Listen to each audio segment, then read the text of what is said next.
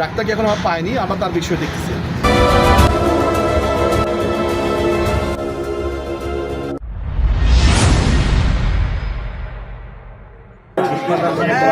দিনাজপুরের বীরগঞ্জে চিকিৎসকের অযোগ্যতা ও ক্লিনিকের অবৈধ কার্যক্রমে প্রসূতি আশা রানীর মর্মান্তিক মৃত্যু হয়েছে।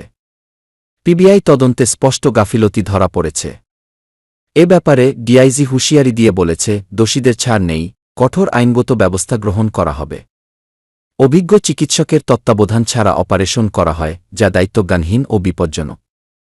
তদন্তে ক্লিনিকের অনুমোদন জটিলতাও সামনে এসেছে, যা স্বাস্থ্যসেবায় বড় অব্যবস্থাপনার প্রমাণ। আজকে পিবিআই দিনাজপুর টিম এবং আমার সাথে বীরগঞ্জের সার্কেল অ্যাডিশনাল এসপি এবং বীরগঞ্জের আমরা এই new Ekta clinic and dialysis সেন্টারে আমরা হাজির হয়েছি।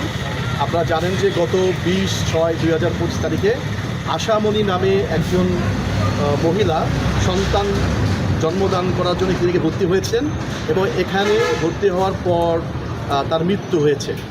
এই সংক্রান্তে তার এই মৃত্যু সংক্রান্তে বীরগঞ্জ নিউজ 24 চ্যানেল, জায়জাদিন পত্রিকা, ইত্তেফাক এবং কালের কণ্ঠ এই বিষয় নিয়ে এটি নিউজ করেন, যার প্রেক্ষিতে দিনাজপুর আদালত এই বিষয়টাকে নিউজটা গুরুত্ব দিয়ে মিসকেস আমলে নিয়ে মিসকেস 1/25 হিসাবে একটা মামলা দায়ের করেন।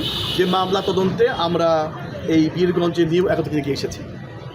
আমরা এই ক্লিনিকের মালিক সহ অন্যান্য আশেপাশের লোক জিজ্ঞাসাবাদ করছি। আমরা বিষয়টা খতিয়ে দেখছি, বিষয় তদন্তাধীন আছে। আমরা তদন্তে এসে এই ক্লিনিকের ডাক্তারের কাগজপত্র এবং ক্লিনিকের কাগজপত্র, লাইসেন্স, অন্যান্য বিষয় এবং তার ওটিতে নেওয়ার যে বিষয়গুলো আমরা তদন্ত করছি। প্রসূতি যে মা মারা গেছে তাকে অপারেশন করার সময় যে প্যাডে স্বাক্ষর নিয়েছে সেই প্যাডের একতা ক্লিনিক আছে, কিন্তু বাট এই ক্লিনিকের নাম হচ্ছে নিউ একতা ক্লিনিক। এটা নিয়ে একটু বিষয় আছে এবং আমরা আরও বিষয় খতিয়ে দেখছি, তদন্তের বিষয় আছে। ডাক্তারকে এখন আমরা পাইনি, আমরা তার বিষয় দেখতেছি। ওনারা যে লাইসেন্সটা আমাদেরকে দিয়েছেন আমরা সেটাও খতিয়ে দেখছি। লাইসেন্সের মধ্যে যদি কোনো কিছু সন্দেহ থাকে আমরা সেটা খতিয়ে দেখছি। এফসিপিএস পার্ট 2 গাইনি দেওয়া আছে, আমরা এই বিষয়টাও খতিয়ে দেখব। আমরা সংশ্লিষ্ট কর্তৃপক্ষের কাছে আমরা এটা জানতে চাইব যে এই বিষয়ে উনি এভাবে অপারেশন করতে পারেন কিনা।